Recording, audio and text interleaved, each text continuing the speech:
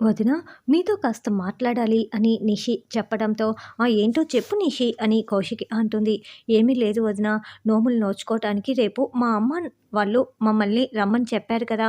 మనమందరం కూడా వెళ్తున్నాం కదా! అక్కడికి మా చెల్లి కూడా వస్తోంది.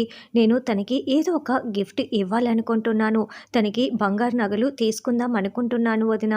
ఆ బంగారు నగలు కొనటం కోసం మీరు ఒక 25,00,000 నాకు డబ్బులు ఇస్తే నేను నగలు తీసుకువెళ్ళి తనకి గిఫ్ట్‌గా ఇస్తాను అని నిషి అంటుంది. ఏంటి 25,00,000 ఇప్పుడు నేను నీకు ఇవ్వాలా? అని కౌశికి అడగటంతో, అవును వదిన, మా చెల్లికి గిఫ్ట్‌గా ఇవ్వటం కోసమే ఆ నగలన్నీ కూడా అని నిషి చెప్తుంది.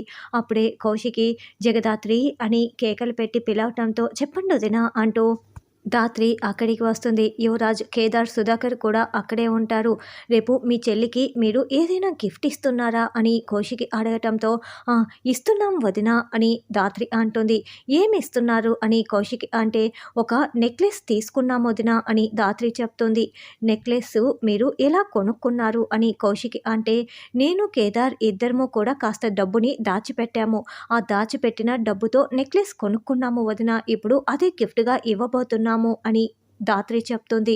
విన్నావు కదా నిషి, జగదాత్రి, కేదార్లు వాళ్ళు దాచిపెట్టుకున్న డబ్బుతో నెక్లెస్ కొని వాళ్ళ చెల్లికి అంటే మీ చెల్లికి గిఫ్ట్‌గా ఇస్తున్నారు.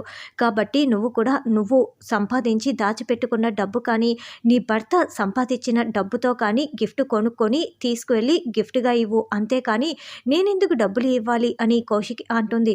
చాలే ఇక ఆపండి వదిన, మా చెల్లికి బంగారు నగలు ఎలా తీసుకోవాలో నాకు చాలా బాగా తెలుసు అంటూ నిషి చేయి చూపిస్తూ వార్నింగ్ ఇచ్చి వెళ్తుంది.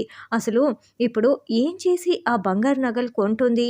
నాకు చాలా బాగా తెలుసులే ఎలా కొంటామో అని చెప్పి వెళ్తోంది. అసలు ఏం చేయబోతోంది అని ధాత్రి ఆలోచిస్తూ ఉంటుంది.